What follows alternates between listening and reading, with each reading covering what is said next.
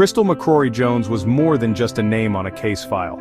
She was a vibrant soul, a loving mother, and a cherished friend.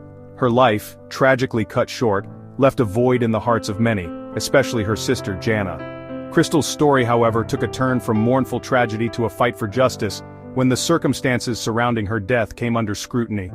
Found dead in her Oak Grove, Louisiana, home on a cold February day in 2023, the official ruling was swift: suicide by gunshot. But for Jana, something didn't feel right.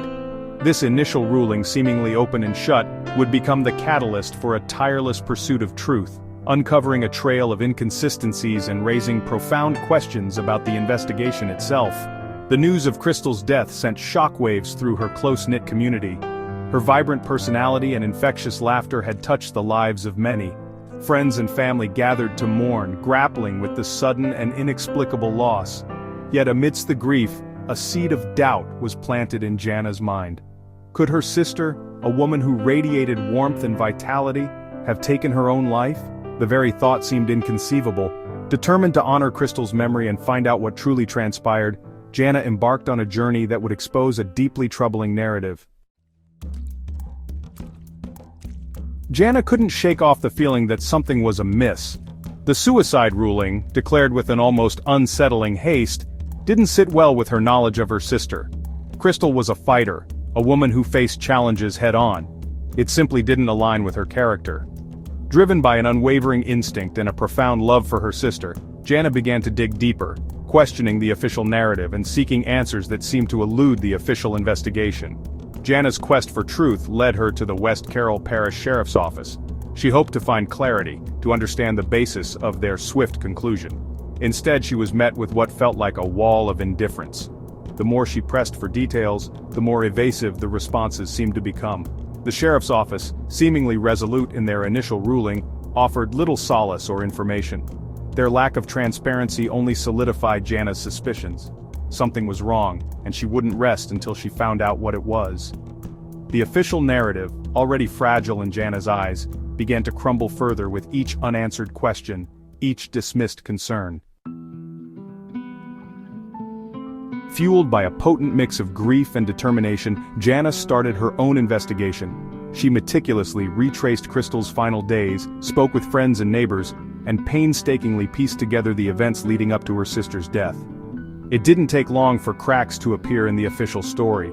Discrepancies, initially dismissed as insignificant, began to emerge with alarming frequency. The autopsy report, a document that should have provided clarity, only deepened the mystery. Bruising on Crystal's body, indicative of a possible struggle, was glaringly absent from the initial reports. Then there was the curious case of the missing shell casing, a crucial piece of evidence that mysteriously reappeared, found not by the police but by Crystal's husband, Tony. Adding to the growing list of irregularities was the ballistics report, which contained a baffling error, misidentifying the firearm involved. As if these weren't troubling enough, the coroner's report, riddled with errors including incorrect dates and false health information, cast a long shadow of doubt on the investigation's thoroughness. The discrepancies were too numerous, too blatant to ignore. Determined to uncover the truth, Jana sought out independent experts, individuals with the experience and expertise to see through the fog of inconsistencies. Retired Police Chief Hank Salmons, a seasoned investigator with a reputation for integrity, reviewed the case files and was left deeply troubled. The sheer number of irregularities, the lack of follow-up on crucial leads, pointed towards a shoddily conducted investigation, one that seemed more focused on closing a case than uncovering the truth. Private investigator Sheila Wysocki, brought in for her meticulous approach and sharp eye for detail, echoed Salmon's concerns. The missing shell casing, the unexplained bruising, the mishandled evidence, all pointed towards a disturbing possibility: that the investigation into Crystal's death was, at best, incompetent, and at worst, a deliberate attempt to conceal the truth. Their expert opinions, unclouded by local allegiances or preconceived notions, breathed new life into Jana's fight. This wasn't just a grieving sister's intuition anymore. It was a clear and resounding call for a new, impartial investigation. The journey towards cooperation and transparency has never been easy. Throughout history, individuals and organizations have faced numerous challenges. Many have struggled to find common ground, often encountering resistance and skepticism. But, despite these hurdles, progress has been made. It is through persistence, dialogue, and a willingness to understand different perspectives that true cooperation can be achieved. Transparency, on the other hand, requires a commitment to openness and honesty. In essence, the road may be tough, but the rewards of cooperation and transparency are invaluable. They pave the way for trust, innovation, and ultimately, a better future for all. Jana's determination never wavered. She tirelessly sought answers, refusing to let Crystal's case be forgotten. Every day, she fought for justice, driven by an unyielding love for her sister. This case brought to light numerous systemic issues. Jana, along with many others, began demanding accountability. They called for changes in policies and procedures, hoping to prevent future injustices. The fight for Crystal didn't stop. Advocates and supporters rallied together, pushing for transparency and reform. Their collective voice grew louder, echoing the need for a fair and just system. In the end, the quest for justice for Crystal became a symbol for broader change. It was about justice for all, ensuring that every individual receives the fairness and respect they deserve. The journey was far from over, but the commitment to justice remained steadfast. Picture on the highway, her name in flashing lights, a face on every billboard, staring through the night. They begged me for answers, but I turned away. Now her memory haunts me, and I can't escape. They came to my door, pleading through tears, telling me Crystal deserved to be here. But I shut my eyes, I walked right past. Now her name's on the signs and the questions still last.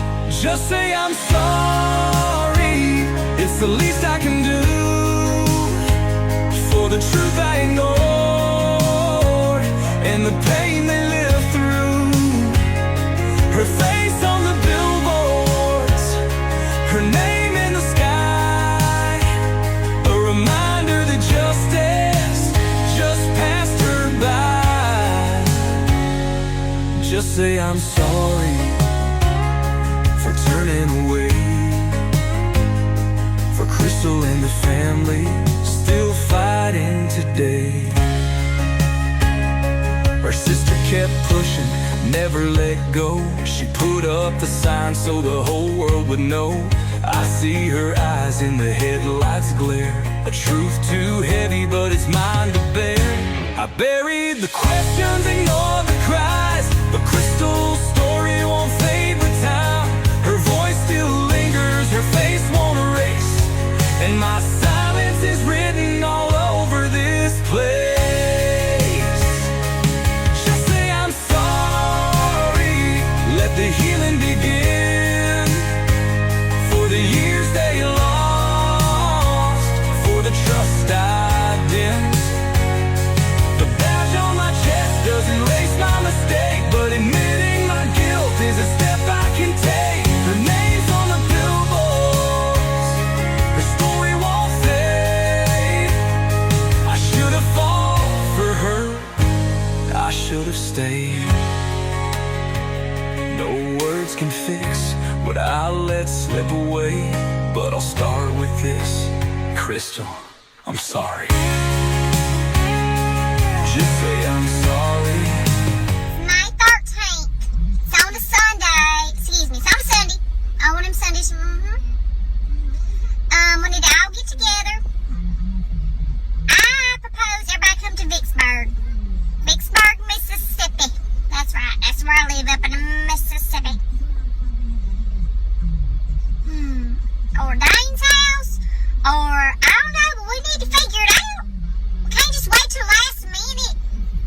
Okay? It's a different kind of pain, especially the regrets.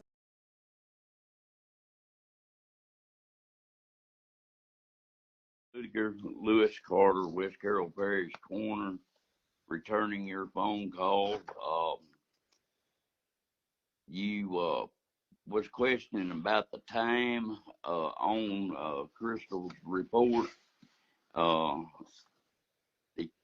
time that I received the call was 4:39, approximately 4:39 p.m. in the afternoon. And I arrived on the scene right around 5 o'clock, somewhere along there. And the 5:05 p.m. is the time that I pronounced the death. Now, the 10:35 being rubbed out, I had a death earlier in the day that the time of death was 10:35 at the hospital, and I failed whenever I was writing this. I failed to take that 10:35 p.m. out, and I just hand wrote the 5:05 p.m. in there. And it was a mistake on my part by me not going back and typing it, retyping it, and all. But if you would like for that to be corrected, I can correct this on my report. And I believe on the death certificate, we may have put the time of death as 5:05 p.m. I would have to get a look at a copy of the death certificate to make sure. But if you have any questions, please call me. You can reach me at area code 318-418-0587. Thank you. I'm not exaggerating this. He became the same irate. Same way I'm talking to you now is how I talk to everyone, because I just try to keep my calm. He became irate with me and said that he did not understand what my family was attempting to do. Basically said I had forged a death certificate. I don't know what you're talking about on that. Okay, I really well, don't. But I do know that maybe, we want y'all to have some peace. I really do. I do. I do not think your sister was murdered. I think that you think your brother-in-law, and he sounds like a complete jackass. I think you think he was maybe doing some other stuff, but I don't see any evidence that he murdered your sister. Now, he may have been cold, and maybe, do I think, not based on this, common sense will tell you that your brother-in-law knew that this was probably waiting on him, because that's why he had Chuck Harris go. Yeah, he checked his daughter out of school at 2:30. That you have, I'm going to try to give you a logical explanation for, to the best of my ability. It may not be what you want to hear. Yes, sir. Right, that's fine. Like the casing. I hope that I put that casing thing to rest. It's I'm very glad. logical that's, man, I'm telling you.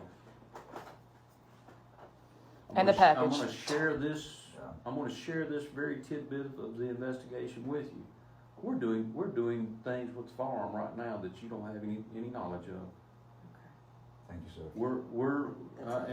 If it leaves this room and somebody else, I'm gonna You're not say, talk to us anymore. We're not Exactly telling right. anybody. okay. We're not telling anybody anything. So we're having that firearm tested, and doing some comparisons to make sure that everything that we think happened exactly the way that we. Exactly. Okay.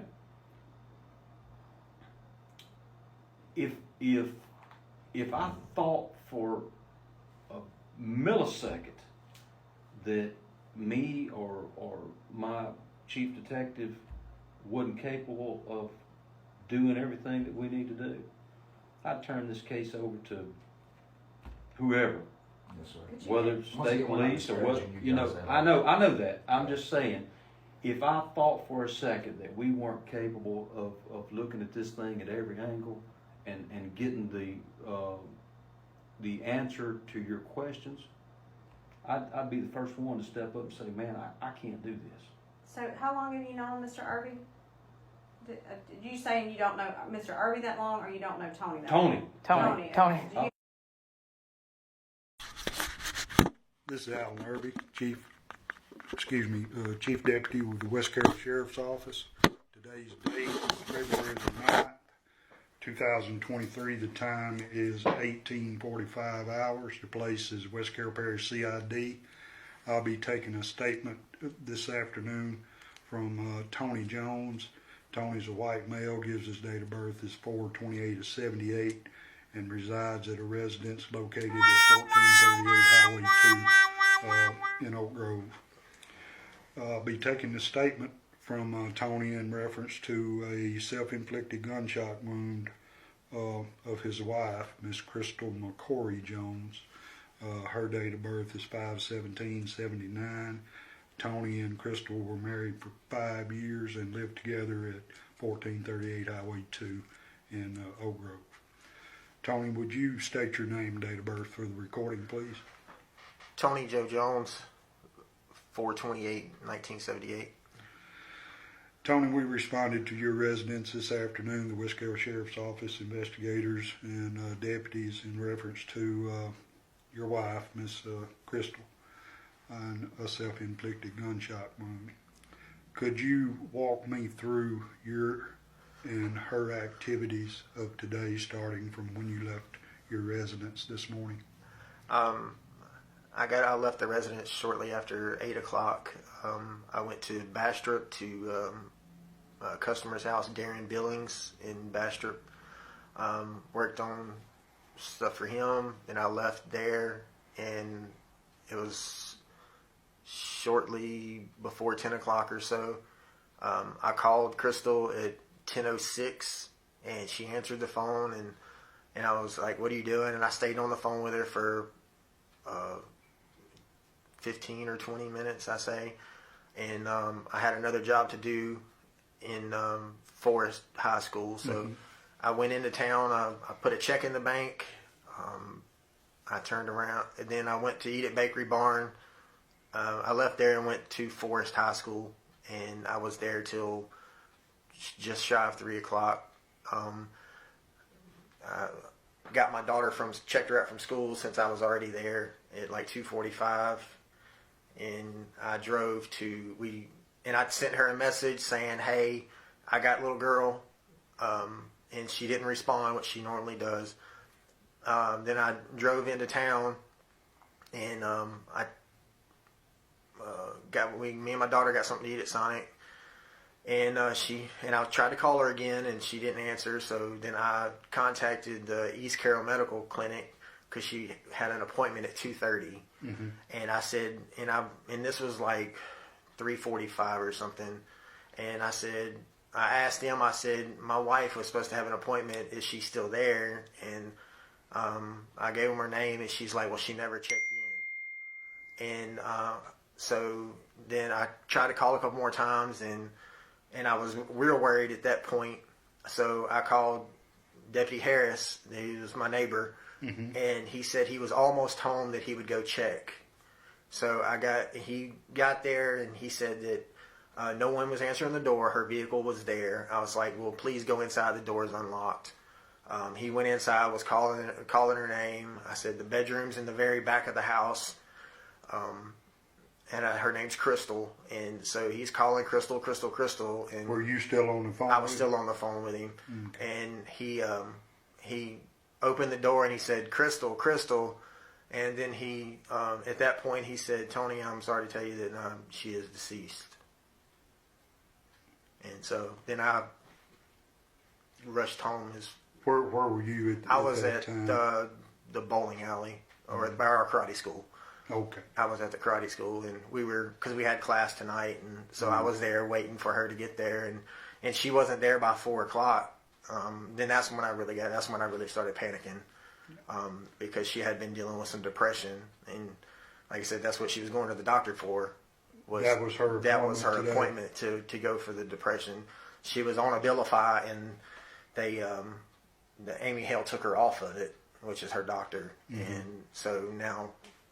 And she was trying to come on. She said, "I don't feel well," and I told her to call this morning. She set the appointment this morning, and so she made the appointment for 2:30 this morning. Okay. When you talked to her on the phone at 10, how did she sound? It took her a couple rings to actually get it, and I was like, she's like, "Hey," and I was like, "Hey," I said, "What you doing?" She's like, "I was in the living room." And I was like, "Oh, okay." I was like, "Sounded like you were asleep." And she's like, "No, I wasn't asleep. I was just in the living room." So, and I talked to her. We sat on the phone for a few minutes, and she really wasn't saying anything. because I talk to her while I drive a lot, and I talk to her while she's driving, and I was like, all right, well, I said, I'm gonna get off here. You can get back to what you were doing. And she's like, okay. And I was like, I love you. And she said, I love you. And that's the last time I talked to her. What handguns were available to her in the bedroom? I don't know if in her purse there was a 9mm. I don't know if that's the one she used, but there was also a .45 on the nightstand. And that's the gun case was locked because I lost the key. So it was either the 9mm or the .45 was available. It was, I think, a ECS. Yeah, it's that was Small, the one she had. Yeah. frame. So that gun belonged to her. Yes. Well, it was in my name, but that was the one she carried for protection. Okay. And I talked to Deputy Crimes, called while we were working the scene, and he told me that he had talked to you there at the karate school this afternoon. Did you see him at the high school? Yeah, I was at the high school when I talked to him. Okay. What do you do for a living? I'm a maintenance handyman, AC repair, pretty much anything. Okay. I do a lot of work. I do all that, all the air conditioning and refrigeration for the school system. Okay. Was Crystal right or left-handed? She was right-handed. Okay. All right. I believe that is all the information that I'm going to require from you, Tony. Is there anything that you would like to add or take away from the statement you've given me this evening? I don't believe so. Okay. In that case, we'll end this statement. The time now is 18:52 hours.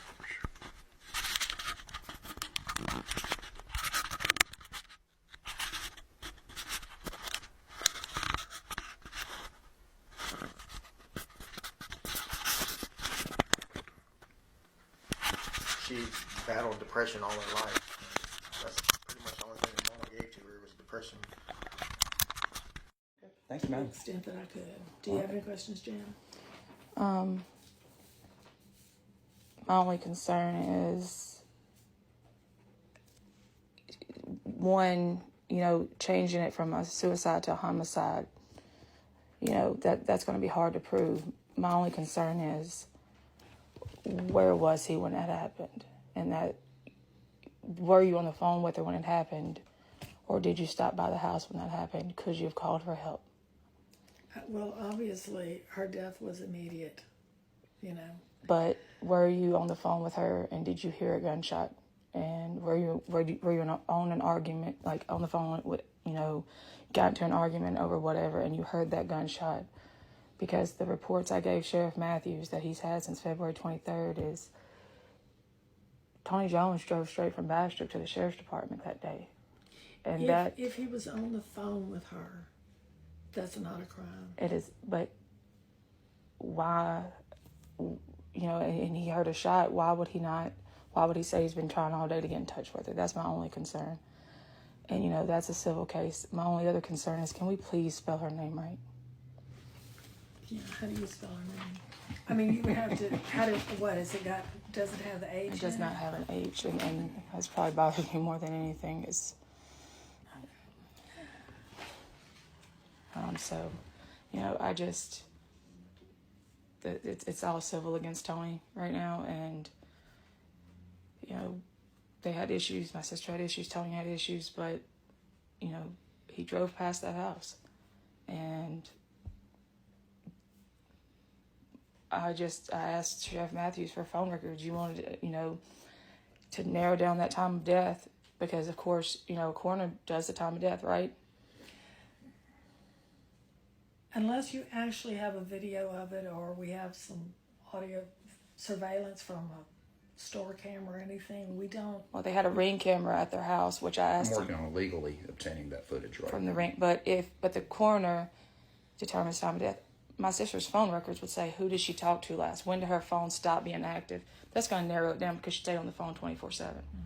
And that's not something they would even have to subpoena. Tony wouldn't have to call AT&T and get those. Just print them off. Not his, just hers. And that would narrow down the time of death to say who was the last person she talked to. Okay, that narrows it down, takes away that 11 a.m. Something as simple as that, just to give us a little bit of peace. I don't think you're ever going to get satisfied by anything that we tell you. I think you need to go the civil route. Well, without a doubt. Yeah, well, without a doubt. The sheriff has just lied. I mean, just repeatedly lie after lie after lie after lie. This started out as Tony Jones was at Forest High School working all day. Once we handed over cell phone records to the sheriff, well, we knew he was in Bastard.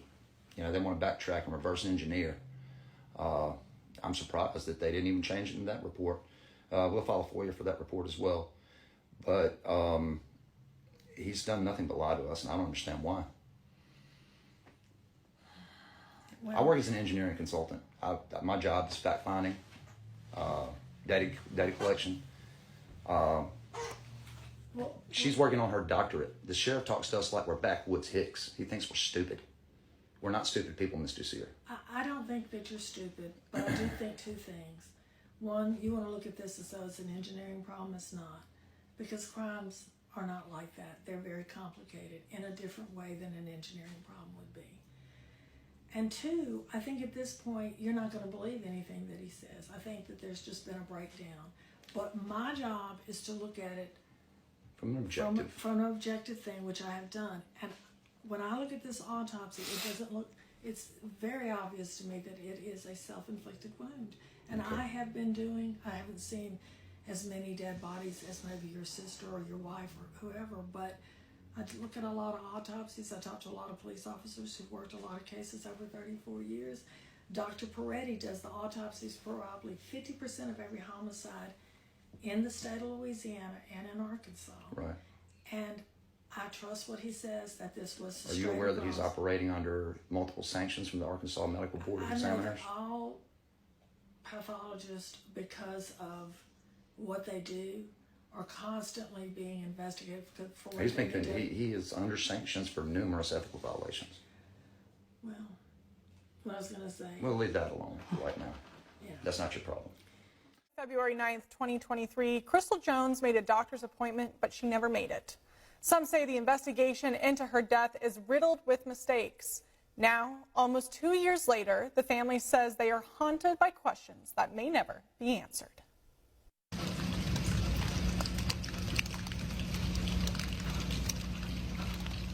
A West Carroll Parish Sheriff's deputy found Crystal Jones dead inside her home after Crystal's husband, Tony, called the deputy asking him to conduct a welfare check. According to the investigative report, just hours later, the chief deputy interviewed Crystal's husband for the first time. I'll be taking the statement from Tony in reference to a self-inflicted gunshot wound of his wife, Miss Crystal Mccrory Jones. Crystal's sister, Jana, believes it should have been investigated more before the sheriff's office declared it a suicide. It took them 7 minutes to interview him, and in that 7-minute interview, they mentioned that it was a self-inflicted gunshot wound. Eventually, reports did come back. According to letters sent to state police from Jana's lawyers, those reports were full of errors and discrepancies. Jana says one glaring mistake made her question the entire investigation.